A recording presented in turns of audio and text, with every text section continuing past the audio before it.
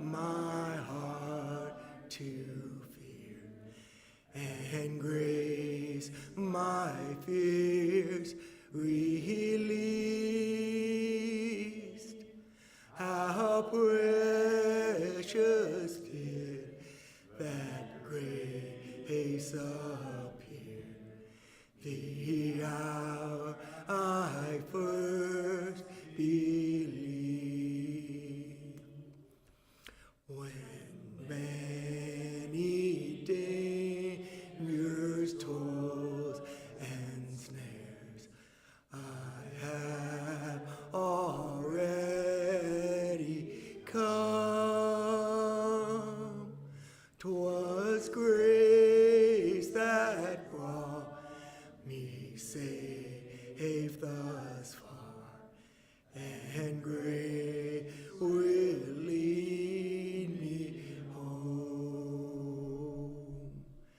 When we've been there 10,000 years, bright shining as the sun,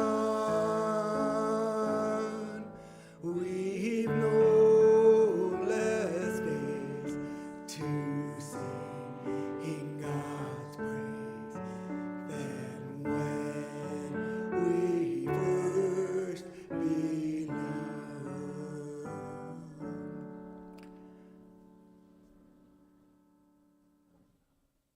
Holy, holy, holy.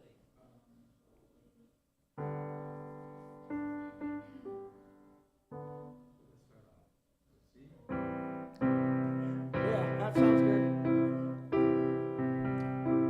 Should have had Alan up here to sing because I know that's his favorite song. Holy, Lord God Almighty, early in the morning our song shall rise to thee. Holy, holy, holy, Lord merciful and mighty, God in three persons, blessed Trinity. Holy, holy, holy, all the saints adore thee, casting down their golden crowns around the glassy sea. Cherubim and seraphim falling down before thee, which word and are and evermore shall be. Holy, holy, holy, though the darkness hide thee, though the eye of sinful man thy glory may not see. Holy, who art holy, there is none beside thee, perfect in power, in love and charity.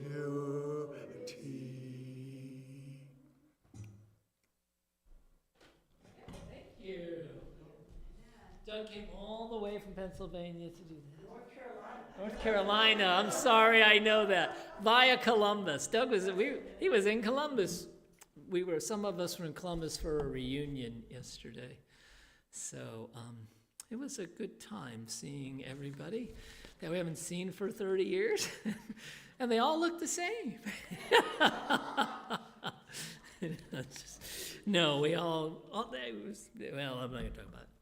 So what I'm going to do, because we're a little smaller today, we're going to look at the blind man Bartimaeus is going to be the story we're going to look at. And at the end, I wanted to just I'm going to go into a topic related to this. Maybe we can I brought a seat up here, but this is the most uncomfortable seat ever existed. So, but I'll just grab another chair and maybe just have a discussion about kind of the closing topic that I bring out at the end. So it'll be a little bit shorter, but hopefully have some time to talk. So in Mark 10, let me pray. Lord, thank you for our time together. Thank you for Doug leading us here in singing these hymns. Thank you for just bringing us together. And Lord, that this is an important time for each of us here.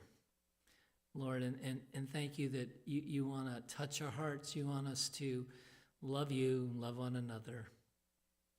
And Lord, that is the first and greatest commandment. And the second is like it. And if we do that, we've done it.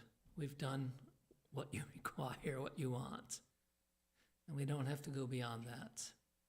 We could sit there all our lives in those two commandments and live within them and know that we've pleased you. In your name we pray. Amen.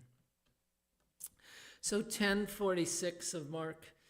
They came to Jericho as Jesus and his disciples and a large crowd were leaving Jericho.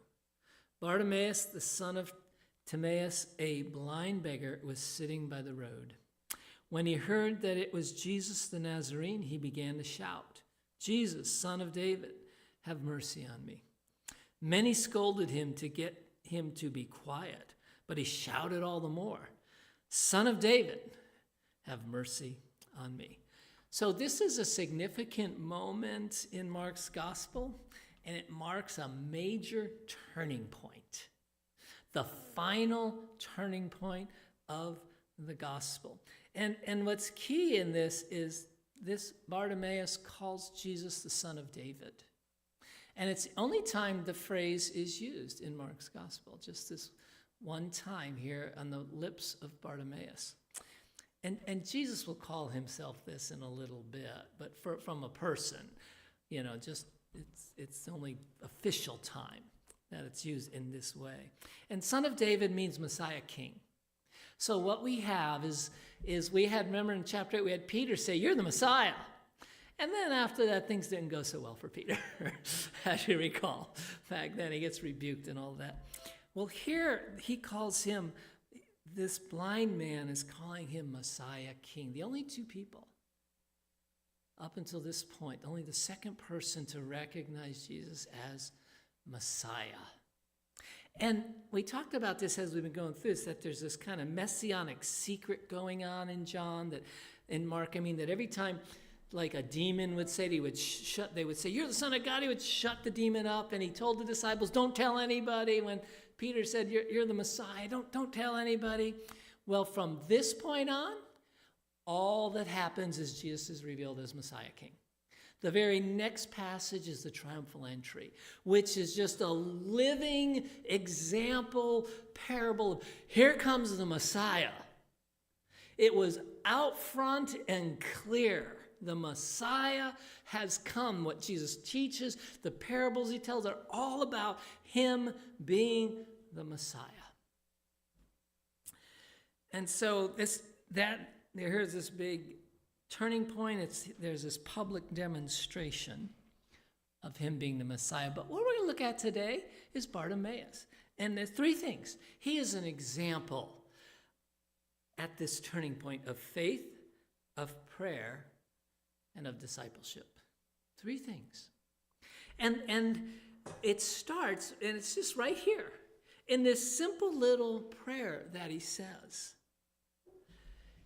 He's got this bold faith, and he just cries out, unashamed, "Have mercy on me."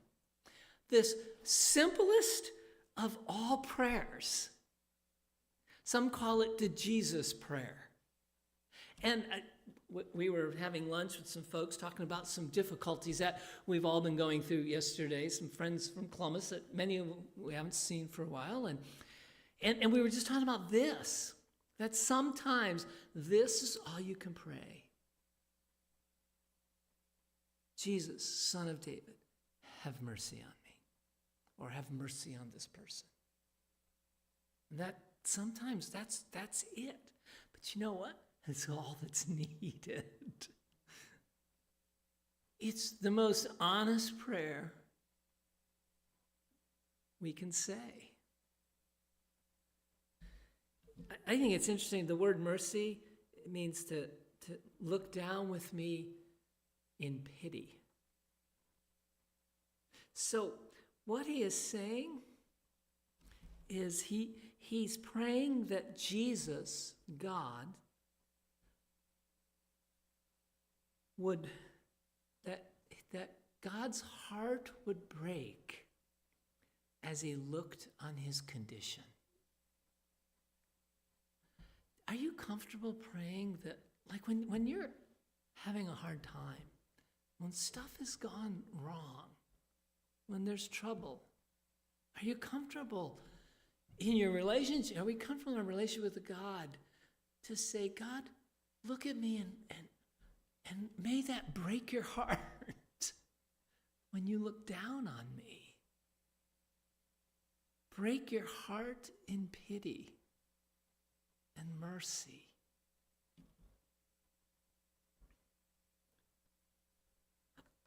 I think God wants us to get there. To have that kind of relationship with him. Sometimes I think we just over-spiritualize everything and just have this, simple faith of a child. When a child is hurt, it's just this pitiful, and it's like, your heart is, oh no, what can I do? And I think we need to see God that way. He just wants to grab us and lift us. And he wants us to be free and feel comfortable calling out to him in that way. 2 things necessary for us to do this. The first one is we need to understand, and it's what this man understood. He understood he had a great need and was in a desperate situation. And he also understood that he did not have the resources to meet the need, and he did not have the capacity to change the situation. You have to be at that point to cry out for mercy. If you believe you have the resources, if you believe you have the capacity to change the situation, you don't have a need for mercy. It's only when we get to that point. Now that kind of goes against, stand up for yourself, do it for yourself. And that's important. God doesn't want to just sitting around. We get that. But there are times where we don't have the capability. And we've probably all felt this, where we think, oh no, we do, until we don't. And that is the work of God in our lives. Especially those of us who are used to doing everything ourselves and getting everything done correctly ourselves. God usually works in such a way to get us where we can't, so that we can rely on him and just trust in him. And have that attitude of, I cannot get through this moment in my life without the mercy of God. And that is a wonderful place to be, not a bad place to be. It's hard to accept being in that place, but it is it is the place to be. The second thing with this man is the word mercy implies that we don't deserve it. We don't deserve it. We haven't done stuff that gives us the sense to say, well, we're worthy of God's mercy. We deserve God's mercy. We don't ever. But God, he doesn't give his mercy to people who deserve it, but he loves giving it to us by his grace. He loves pouring out his mercy, but he only does it by his grace upon the unworthy. So it's okay to be unworthy. That is totally fine. And it is the place he wants us to be. I found that I can be tempted to think when I'm struggling or going through really hard things, to think that in that situation, I deserve God to do stuff for me. And that's getting it upside down and turned around. If we go to the next slide in verse 49, it says, Jesus stopped and called him. So they called the blind man and said to him, have courage, get up. He is calling you. I'm going to stop there. So there's two, in this passage here, there's two contrasts and comparisons being made. The first one is between Jesus and the crowd. So remember the crowd, the blind man's calling out, Jesus, have mercy on me. They're saying, would you be quiet? I mean, leave him alone. And what they're saying is, you're not worthy of Jesus' time and attention because you're a blind man. You're in their world, the blind man was an outsider, an outcast. He was just this person, the least important. Now, we don't think that way as much anymore. But that was their world. And they're just thinking, look, just be quiet. Who are you to call out to him? But he keeps calling out, just cries out all the more. So they're telling him to stop. And what does Jesus do? Jesus calls him, but he goes one step further. He makes the people who were telling him to be quiet call him.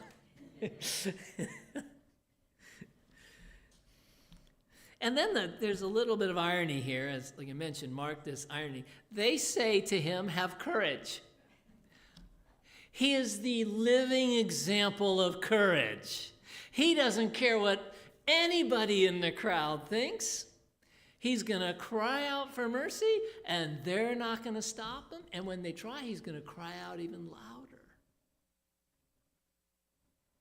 And then in 50, it says he threw off his cloak, jumped up, and came to Jesus. In Mark, what we see is this whole theme and concept of, if I could just get to Jesus, everything would be okay. Or if I could just get somebody else to Jesus. Go back to the paralytic.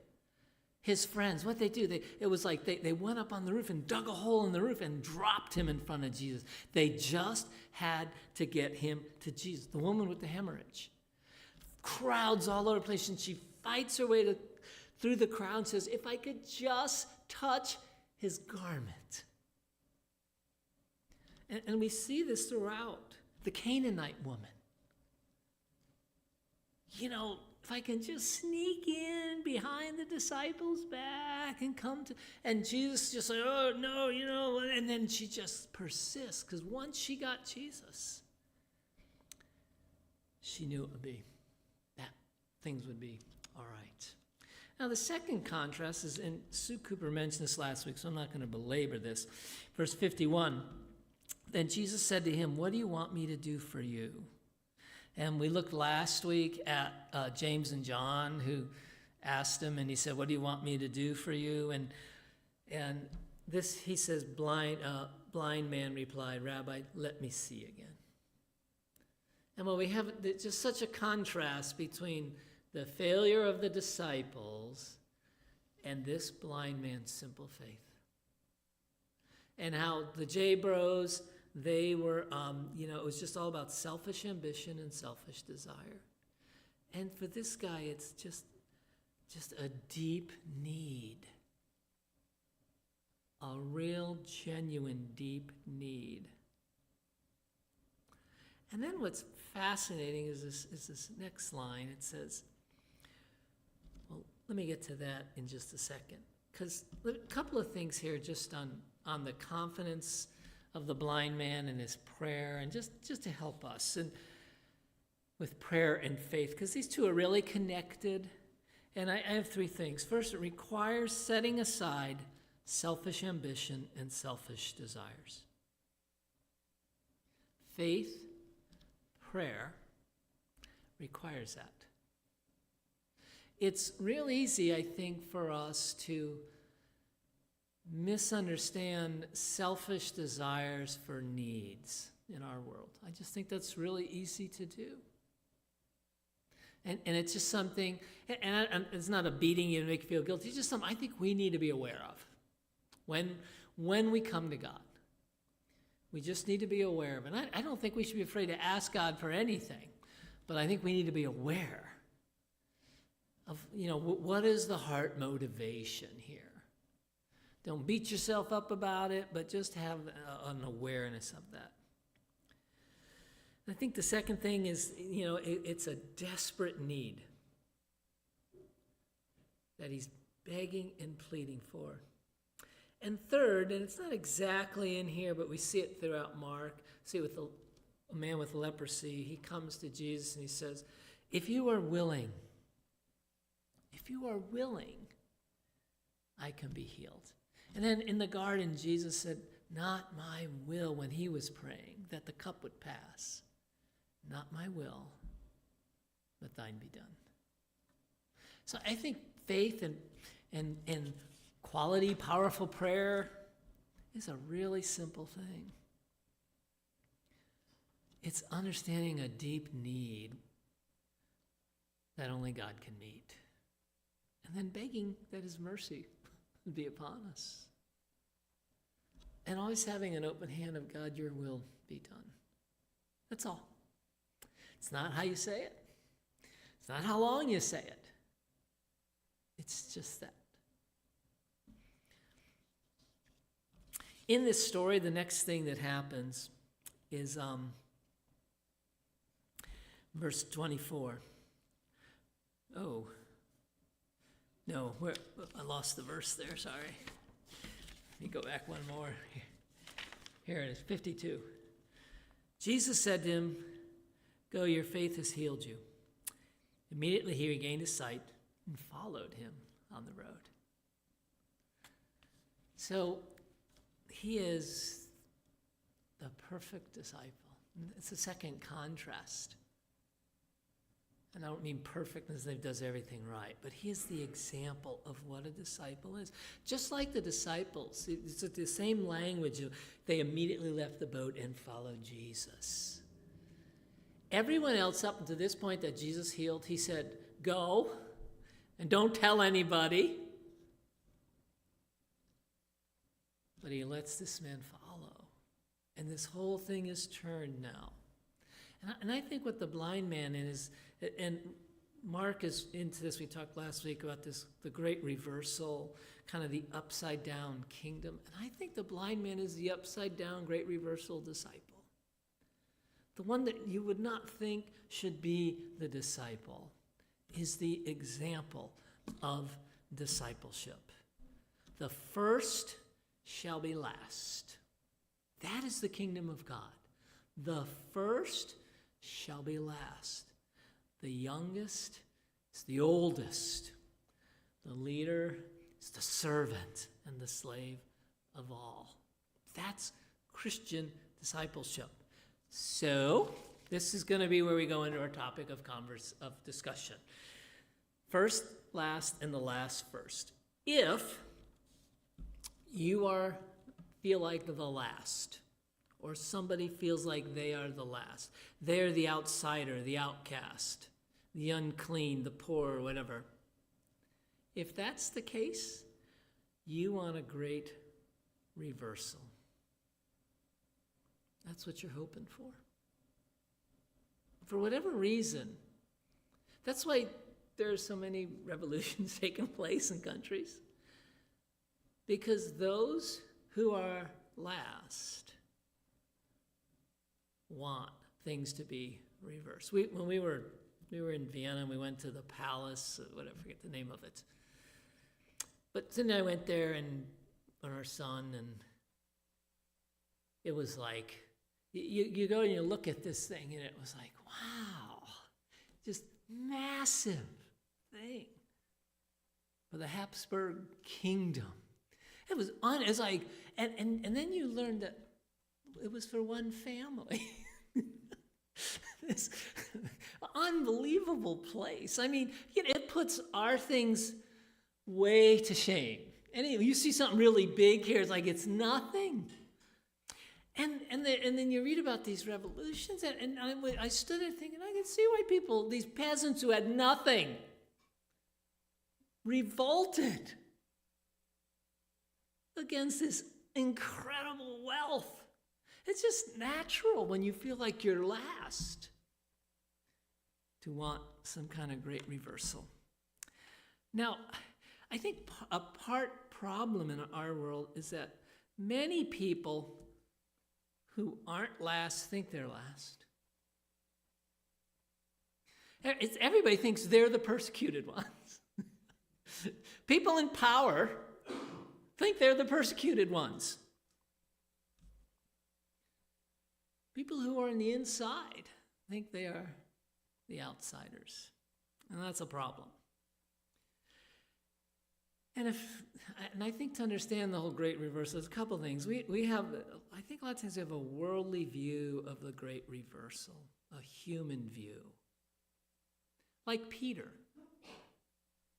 This shall never be. Forbid it, Lord. I think we take the view, and I get 4 little views, and this is what I want to talk about, if any of this rings. First one is this, that I think, well, let me explain. The first view is that Christians, the church, us, some have this view, that our primary role is to bring about the great reversal in the here and now. That is our job. That is our role in the here and now. And those who have this view will tend to focus on justice and addressing injustice for the poor, for the outcast, and for the downtrodden. And some will really focus on doing this, emphasizing the government's role, the role of power in accomplishing this. Now, this is really overly simplified. And I would say this, is those who think this way have some biblical support for what they think. There's nothing wrong. There's good stuff in that. There's good stuff in that. Here's a second view. This one is kind of waning, but was really big when I became a Christian and started in my own discipleship, and that's the polishing the brass railings on a sinking ship view. Anyone heard of this one? And that view goes like this. It's that the world is a sinking ship. It is going under. It doesn't really help to polish the brass railings on something that's going to be underwater in just a little while. So the focus is to get people into the lifeboats.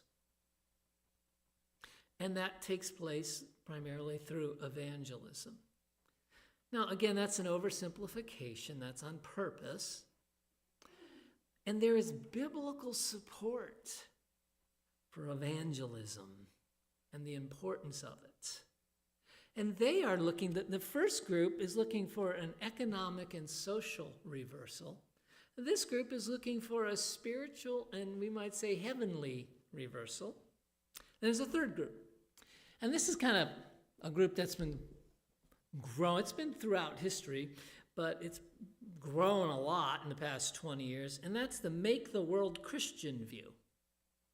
That's a third group of people. And it's kind of like the take back the world for Jesus view of this whole thing. And the focus on this view would be on morality and bringing Jesus and the Bible and Christianity into the forefront of public life. And this view is searching for a great reversal that makes wherever they are a Christian place, a Christian culture. And again, it's oversimplification, and there's some biblical support for that view. So here's 3 of them. So I'm going to give you mine. So number 4. And I would say this, all 3 of those are incomplete. I think they're all incomplete. And I think there's some things in each of them that are valuable and can be incorporated into maybe a more healthy view. And here's mine, and you can disagree. My view is that we Christians focus on and work towards becoming a people and a community, a church, that lives out the great reversal. Distinct and separate from the world. As aliens and strangers and exiles in the world. But it is the place where we become people and a community where the first are last, where the weak are the strong, where the young are the old. And then we live that with it as this, just alongside the world. We don't go out somewhere and hide. We live alongside the world as a countercultural community, a counter community. That is a great reversal. That is an example of the great reversal. That is the kingdom, the will, your will be done on earth as it is in heaven. Now, in doing that, we will engage the world without question. But see, there's a difference between those views where somehow thinking we're going to turn the world Christian, or we're going to turn the world just, we're going to make all this happen, and us in the sphere that God has placed us, in the place that God has planted us, living it out. And I think those are 2 somewhat different things. We are to be aliens and strangers where God has placed us. So, God has placed us in Cuyahoga Falls. Not all of us, but let's just say we were all from here. That's where we are. So we live out this as a community and as a people in Cuyahoga Falls, doing justice, whatever that passion is for your, helping the poor, working with immigrants, whatever it is, doing that stuff, and then doing evangelism, and then living moral lives, promoting morality in Cuyahoga Falls where God has placed us. And then, if Cuyahoga Falls doesn't change at all, so what? We want it to, and it may. But that's not the issue. It's this church being what it is called to be. The church is the great reversal for now. There will be a great reversal, and that will happen when Jesus comes back. And then everything will change. But for now, the great reversal is us. Not just us, but Christians who make up God's church here on earth. That's all I have to say. What if we have some discussion, if there is any, and then we can do the benediction and the last song? Is that all right? And then close with the song. I'm going to get a chair to sit down.